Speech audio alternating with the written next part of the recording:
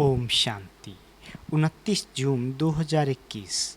आज की साकार मुरली। शिव बाबा कहते, मीठे बच्चे, तुम हो रूहानी पंडित। तुम्हें गृहस्थ व्यवहार संभालते हुए कमल फूल समान बन याद की यात्रा करनी और करानी है। प्रश्न, बाप बच्चों का कौन सा श्रृंगार करते हैं? श्रृंगार किस श्रृंगार के लिए मना करते हैं? उत्तर, बाबा कहते, मीठे बच्चे, मैं तुम्हारा रूहानी श्रृंगार करने आया हूँ। तुम कभी भी जिस्मानी श्रृंगार नहीं करना। तुम बेगर हो। तुम्हें फैशन का शौक नहीं होना चाहिए। दुनिया बहुत ख़राब है, इसलिए ज़रा भी शरीर का फैशन नहीं करो। आज का गीत, आखिर वह दिन आया आज, जिसका रास्ता तकते थे जिसके मोहताज। ओम शांति। बाबा कहते, बेहद का बाप बैठ बेहद के बच्चों को समझाते हैं। बेहद माना कोई हद नहीं। कितने ढेर बच्चे हैं, इतने बेशुमार बच्चों का एक ही बाप है जिसको रचयिता कहा जाता है। वह है हद के बाबाएँ, यह है बेहद के रूहों का बाप। वह है हद के जिस्मानी बाप, यह है बेहद के रूहों का एक ही बाप, जिसको भक्ति मार्ग में सब रूहें याद करती है। तुम बच्चे जानते हो, भक्ति मार्ग भी है, साथ साथ रावण राज भी है। अब मनुष्य पुकारते हैं कि हमको रावण राज से राम राज्य में ले जाओ। बाप समझाते हैं, देखो, देवता जो भारत के मालिक थे अब नहीं हैं। वह कौन थे ये भी अब तुम जानते हो। हम ही सतयुगी सूर्यवंशी घराना के मालिक थे। राजा रानी तो होते हैं ना। तुम बच्चों को अब स्मृति आई है। बाबा आया हुआ है हम बच्चों को राज्य भाग का वर्षा देने, विश्व का मालिक बनाने। बाप कहते हैं, अब सब भक्ति भारत में है। भक्ति मार्ग को ही रावण राज कहा जाता है। ज्ञान मार्ग सिर्फ एक बाप ही सिखलाते हैं। तुम बच्चों को उस बेहद के बाप को भक्ति मार्ग में सब याद करते हैं। अभी तुमको 21 जन्म के लिए ज्ञान की राजधानी मिलती है। फिर आधा कल्प तुम पुकारेंगे ही नहीं। हाय राम, हाय प्रभु कहने की दरकार ही नहीं रहेगी। बाबा कहते, हाय राम तब कहते हैं जब दुखी होते हैं। तुमको वहाँ दुख होता ही नहीं। अभी तुम जानते हो, ये भी खेल बना हुआ है। आधा कल्प है ज्ञान का दिन, आधा कल्प भक्ति की रात। भक्ति हमको नीचे उतारती है। तुम बच्चों की बुद्धि में सीढ़ी का नॉलेज जरूर चाहिए। बाप समझाते हैं कि यह 84 जन्मों का चक्र है।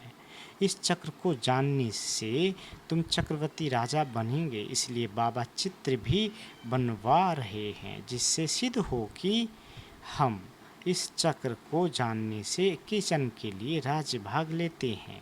अभी तुम बहुत हो गए हो। बड़ी रूहानी शक्ति सेना बनी है। तुम सब पंडे हो। बाबा भी पंडा है। उनको कहा जाता है गाइड पंडा। अक्षर शुभ है।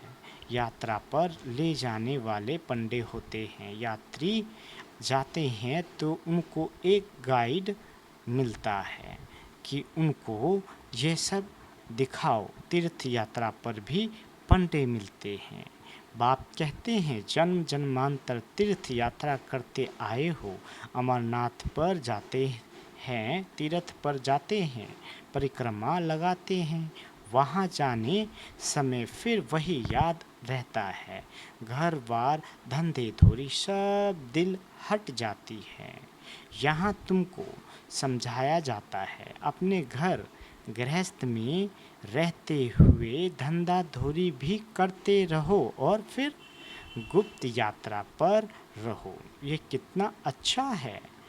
जितना बड़ा धंधा करना है उतना करो, किसी को मना भी नहीं है। भल अपनी राजाई भी संभालो। राजा जनक को भी सेकंड में जीवन मुक्ति मिली। तुमको कोई बाहर की यात्रा आदि तरफ धक्के खाने की दरकार नहीं है। बाबा कहते अपने घर बार की भी पूरी संभाल करनी चाहिए। जो सेंसुअल अच्छे बच्चे हैं वह समझते हैं हमको घर गृहस्थ में रहते कमल फूल समान रहना है।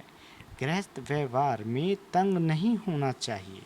कुमार कुमारियाँ तो जैसे सन्यासी है, उनमें विकार है नहीं, 5 विकार से दूर है। अभी तुम बच्चे जानते हो हमारा श्रृंगार ही और प्रकार का है, उनका है तमो प्रधान श्रृंगार, तुम्हारा है सतो प्रधान श्रृंगार। जिससे तुमको सतो प्रधान सूर्यवंशी राजाई में जाना है। बाप तुम बच्चों को समझाते हैं तमो प्रधान जिस्मानी श्रृंगार जरा भी नहीं करो, दुनिया बहुत खराब है। गृहस्थ व्यवहार में रहते फैशनेबल मत बनो। फैशन कशिश करता है, इस समय खूबसूरती अच्छी नहीं है। बाबा कहते काले हो तो अच्छा है, कोई पंजा नहीं मारेगा। खूबसूरत पिछाड़ी तो फिरते रहते हैं, कृष्ण को भी सावरा दिखाते हैं। तुमको गोरा बनना है, शिव बाबा से वह गोरे बनते हैं। पाउडर आदि से कितना फैशन है, बात मत पूछो। साहूकारों की तो सत्यानाश है, गरीब अच्छे हैं। गावरे में जाकर गरीबों का कल्याण करना है, परंतु आवाज़ करने वाले बड़े आदमी भी चाहिए। तुम सब गरीब हो ना, कोई साहूकार है क्या? तुम देखो कैसे साधारण बैठे हो। बम्बई में फैशन देखो तो क्या लगा पड़ा है। बाबा पास मिलने आते हैं तो कहता हूँ तुमने यह जिस्मानी श्रृंगार किया है, अब आओ तो तुमको ज्ञान श्रृंगार कराए, जिससे तुम स्वर्ग की पड़ी 21 जन्म के लिए बन जाएंगे, सदा सुखी बन जाएंगे, न कभी रोएंगे न दुख होगा। बाबा कहते अभी ये जिस्मानी श्रृंगार तुम छोड़ दो, तुमको हम ज्ञान रत्नों से ऐसा फर्स्ट क्लास श्रृंगार कराएंगे जो बात मत पूछो। अगर मेरी मत पर चलेंगे तो तुमको पटरानी बनाऊंगा, यह तो अच्छा है ना। तुम सब भारतवासियों को इस तमो प्रधान आसुरी दुनिया नरक से भगाए स्वर्ग की महारानी बनाता हूँ। तुम बच्चे समझते हो आज हम सफ़ेद पोस में हैं, दूसरे जन्म में स्वर्ग में सोने के चमचम से दूध पिएंगे, सोने की चम्मच से दूध पिएंगे। यह तो बहुत छी दुनिया है। स्वर्ग तो स्वर्ग है, बात मत पूछो। यहाँ तुम बेघर हो, भारत बेघर है। बेगर टू प्रिंस गाया हुआ है। इस भारत में ही फिर जन्म लेंगे। बाप ने हमको स्वर्ग का मालिक बनाया था, रात दिन का फर्क है। महान गरीब जिनको खाने के लिए कुछ नहीं होता है, बाबा कहते उनको ही दान दिया जाता है। भारत ही महान गरीब है। बेचारों को ये पता भी नहीं है कि इस समय सब तमो प्रधान है। दिन प्रतिदिन सीढ़ी नीचे ही उतरते रहते हैं। अभी कोई सीढ़ी चढ़ नहीं सकते। 16 कला से 14 कला फिर 12 कला नीचे उतरते ही आते हैं। ये लक्ष्मी नारायण भी पहले 16 कला संपूर्ण थे, फिर 14 कला में उतरते हैं ना। ये भी अच्छी रीति याद करना है। सीढ़ी उतरते उतरते बिल्कुल ही पतित बने हैं, फिर स्वर्ग के मालिक कौन बनाए? यह वर्ल्ड की हिस्ट्री ज्योग्राफी रिपीट होती है। ये भी सब कहते हैं, परंतु अब कौन सी हिस्ट्री रिपीट होगी यह कोई नहीं जानते। बाबा कहते शास्त्रों में तो लिख दिया सतयुग की आयु लाखों करोड़ों वर्ष है। पूछो सतयुग कब हो आ, सतयुग कब आएगा? कहेंगे अभी 40,000 वर्ष पड़े हैं। तुम सिद्ध कर बतलाते हो कल की आयु ही 5,000 वर्ष है। वह फिर सिर्फ सतयुग को ही लाखों वर्ष दे देते हैं। घोर अंधियारा है ना, तो मनुष्य कैसे माने भगवान आया होगा आया भगवान आया होगा? वह समझते हैं भगवान तब आएंगे जब कलयुग का अंत होगा। अभी तुम बच्चे इन सब बातों को समझते हो। विनाश सामने खड़ा है। बच्चों को समझाया जाता है कि विनाश के पहले बाप से स्वर्ग ले लो, परंतु कुंभकर्ण की नींद में सोए पड़े हैं तो बेचारे हाय हाय कर मरेंगे। तुम्हारी जय जयकार हो जाएगी। विनाश में होती ही है हाय हाय। विपरीत बुद्धि हाय हाय ही करेंगे। अभी तुम हो सच्चे सच्चे की औलाद। सच्चे नरक का विनाश होने बगैर स्वर्ग कैसे बनेगा? बाबा कहते तुम कहेंगे यह तो महाभारत लड़ाई है, उनसे ही स्वर्ग के द्वार खुलने हैं। मनुष्य तो कुछ नहीं जानते हैं, तुम्हारी बुद्धि में है। हमको अभी देवी स्वराज का माखन मिलता है। वह आपस में लड़ते रहेंगे। है वह भी मनुष्य, तुम भी मनुष्य, परंतु वह है आसुरी संप्रदाय, तुम हो दैवी संप्रदाय। बाप बच्चों को सम्मुख समझाते हैं। तुम बच्चों के अंदर में खुशी रहती है। अनेक बार तुमने ऐसी राजधानी ली है जैसे अभी तुम ले रहे हो। वह आपस में दो बिल्ले लड़ते हैं, माखन तुमको मिलता है। सारे विश्व की बादशाही का तुम यहाँ आते ही हो विश्व का मालिक बनने। तुम जानते हो हम बाबा से योग लगाए कर्मातीत अवस्था को पाएंगे। वह आपस में लड़ेंगे, हम विश्व की बादशाही पा ही लेंगे। यह तो कॉमन बात है। वह बाहुबल वाले विश्व की बादशाही ले न सके। तुम योग बल से विश्व के मालिक बनते हो। तुम्हारा है ही अहिंसा परमो देवी धर्म।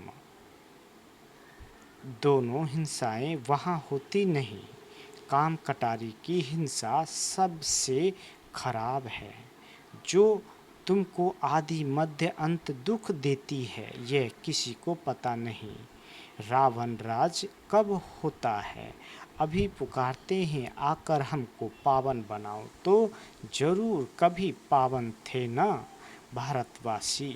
बच्चे ही पुकारते हैं दुख से लिबरेट करो, शांति धाम ले जाओ, दुख हर कर सुख दो।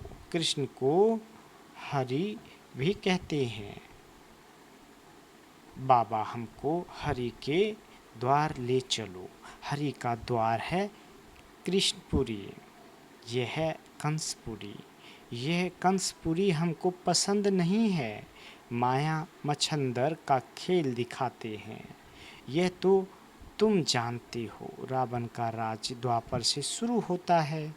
देवताएं जो पावन थे वो पतित होने शुरू होते हैं।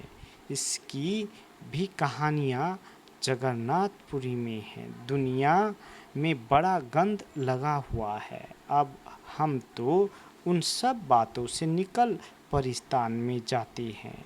इसमें बड़ी हिम्मत महावीर पना चाहिए। बाबा का बनकर पतित पतित थोड़े ही बनना है। वह समझते हैं स्त्री पुरुष इकट्ठे रहे और आग ना लगे, ये हो नहीं सकता। इसलिए ही हंगामा करते हैं कि यहाँ स्त्री पुरुष कोई भाई बहन बनाया जाता है, ऐसा तो कहाँ लिखा हुआ नहीं है। पता नहीं यहाँ कौन सा जादू है। अरे तुम ब्रह्मा कुमारियों के पास जाएंगे और बस तुमको वहाँ बांध रखेगी, ऐसे ऐसे वहाँ बहकाते रहते हैं। ये भी ड्रामा में नूंद है, जिनका पार्ट होगा वो कैसे भी आ जाएंगे, इनमें डरने की बात ही नहीं। शिव बाबा तो ज्ञान का सागर, पतित पावन, सर्व का सद्गति दाता है। ब्रह्मा द्वारा पतित से पावन बनाते हैं। ये अक्षर ऐसे बड़े लिखे हो जो कोई भी आकर पढ़े, पवित्रता पर ही कितने विघ्न डालते हैं। बाबा कहते हैं, बच्चे किसी भी देहधारी में मुंह की रग नहीं चाहिए। अगर कहाँ मुंह की रग होगी तो फंस पड़ेंगे। यहाँ तो अम्मा मरे तो भी हलवा खाना। बाबा सामने बिठाकर पूछते हैं, कल तुम्हारा कोई मर जाए तो रोएंगे? तो नहीं, आंसू आया तो फेल हुए। एक शरीर छोड़ दूसरा लिया, इसमें रोने की बात क्या है? दूसरा कोई सुने तो कहे मुख से, अच्छा तो बोलो। अरे अच्छा ही बोलते हैं। सतयुग में रोना तो होता ही नहीं। ये जीवन तुम्हारा उनसे भी ऊंच है। तुम हो सबको रोने से बचाने वाले, फिर तुम कैसे रोएंगे? तुमको पतियों का पति मिला जो हमको स्वर्ग में ले जाते हैं, फिर नरक में गिराने वाले लिए हम क्यों रोए? बाबा कितनी मीठी मीठी बातें सुनाते हैं। वर्षा लेने के लिए इस समय भारत का कितना अकल्याण हुआ पड़ा है। बाबा कहते, बाप आकर कल्याण करते हैं। भारत को मगध देश कहते हैं। सिंध जैसे फैशनेबल कोई होते नहीं। विलायत से फैशन सीख कर आते हैं। बाल बनाने पर आजकल लड़कियां कितना खर्चा करती है। उनको कहा जाता है नर्क की परियां।